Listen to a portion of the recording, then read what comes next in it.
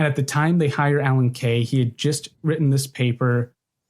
I forget the name of the paper because it's an awful long title, but it describes this machine called the Dynabook. So once again, we're in this realm of papers that describe thought experiments. But Kay's is really wild. The idea is, if you'll excuse a prompt, he describes this.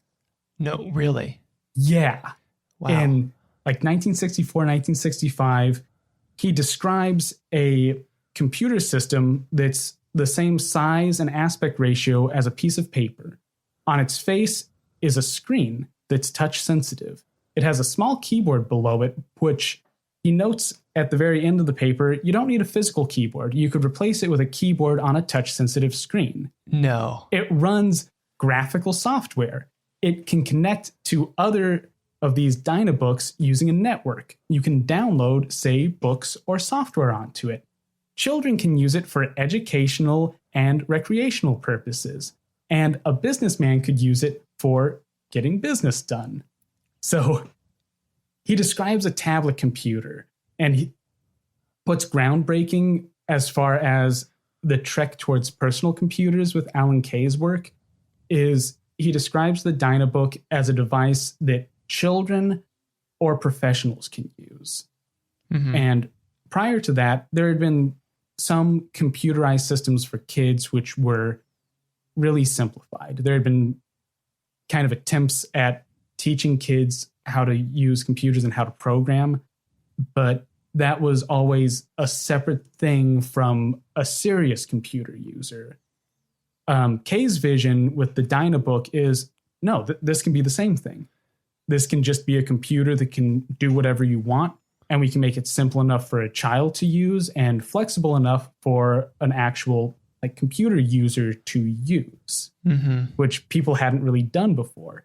And it just so happens that that comes in the very same form factor as a smartphone or a tablet computer today.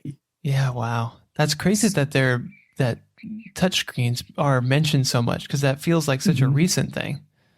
It initially was wild to me, but it keeps showing up so much in the research. And to be 100% clear, it's not the kind of nice, totally flat touchscreens we use today, right?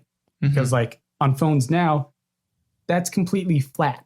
We just touch the screen and the screen has all the sensing stuff in it.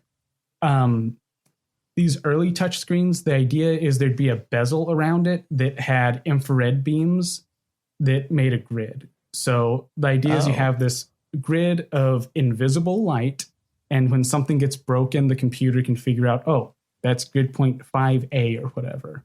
Okay. So it would just kind of look like a chunkier touchscreen to us, but it did work. Yeah.